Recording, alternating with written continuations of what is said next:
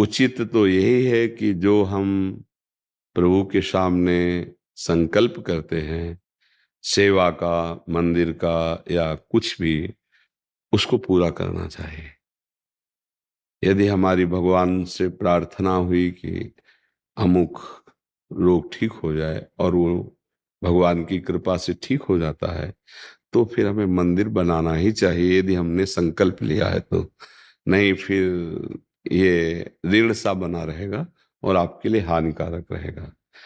इसीलिए हम प्रार्थना करते हैं कि बच्चे बनो, घर के बच्चे बनो, तो ये सब बातों से बच जाओगे।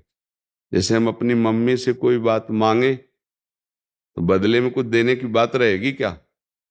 क्यों? कि मम्मी तुम आज हमको ये खवा दो तो हम तुम्हें ये देंगे। कभी ऐसा आता है मम्मी तुम हमें ये बना के क्यों नहीं खवाती? क्योंकि मेरा अधिकार है, तुम मेरी माँ है।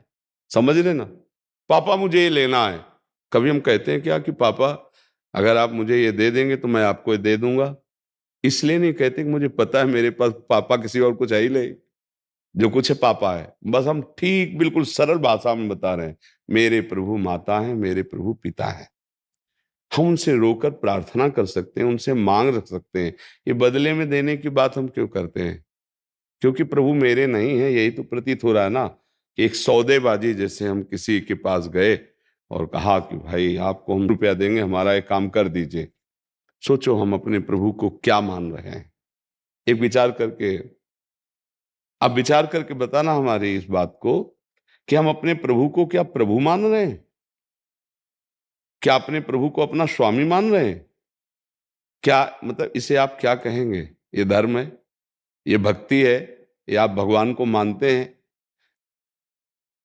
हाँ, आपका सब कुछ है।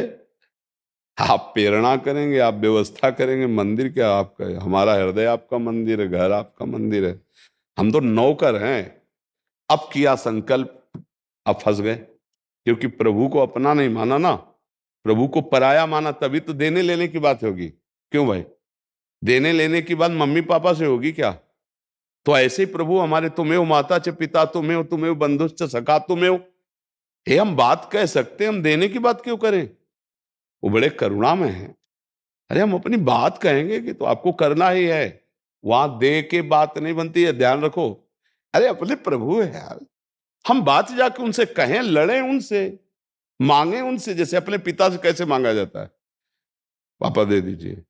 नहीं नहीं, आपको देना पड़ेगा। आप कैसी बात करते हो? नहीं देंगे, हमारा अमुक कार्य है, वो रुक जाएगा, आपको देना पड़ेगा। नहीं नहीं, हमने हमारे पास व्यवस्था है, कहीं से भी कीजिए कीजिए। और बिरज गया। फिर मम्मी इशारा कर दी, कह दो ना कि हो जाएगा। देखो हमारे, चाहे आप सियाराम बोलो, चाहे राधे श्याम बोलो, है हनुमान जी कौन है? सियाराम जी के ही तो परम प्रेमी है। तो हम अगर हम सियाराम जी को स्वामी मानते तो हमारे भाई के समान है, हमारे मित्र हैं, हमारे बड़े हैं।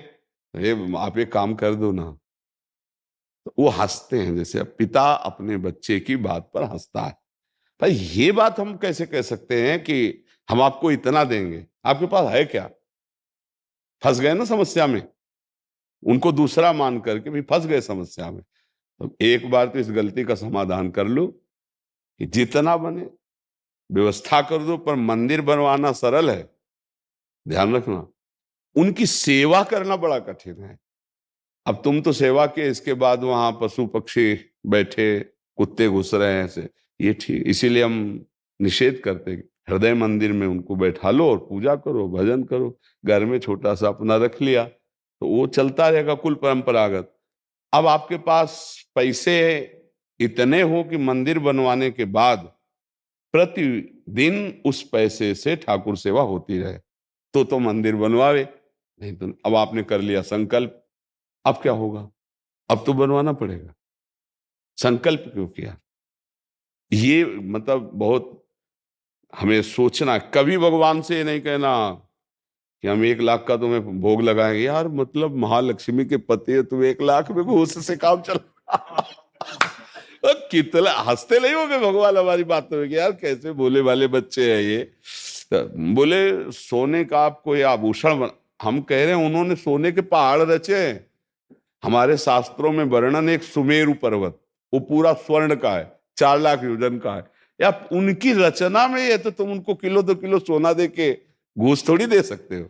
सिर्फ आप अपने मानकर प्रभु से हर बात पूरी करवा सकते हो।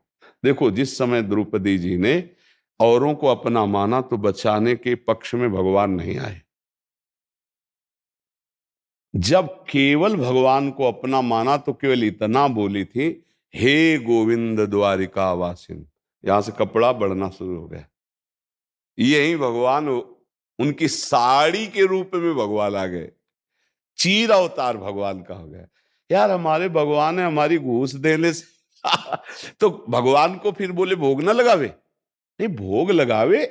भोग लगाने में एक मंत्र बोला जाता था पहले, तो दियम वस्तु गोविंदम तुभ्यमेव समर्पये। इसका अर्थ जानते हो? आपकी दी हुई वस्तु से भगवान आपको भोग लगा रहे हैं। जैसे हमने कई बार कहा, मान लो हमारे पिता हैं, 4 भाई हैं। अब पिता बाजार से लाए गुलाब जामुन और सबको एक एक दे दिए, और तो सब खाने लगे। उन 4 बेटों में से एक बेटा दौड़ के आया गोद में, अपने पिता के मुंह में ऐसे लगाया। तो पिता जानते हो क्या करते हैं?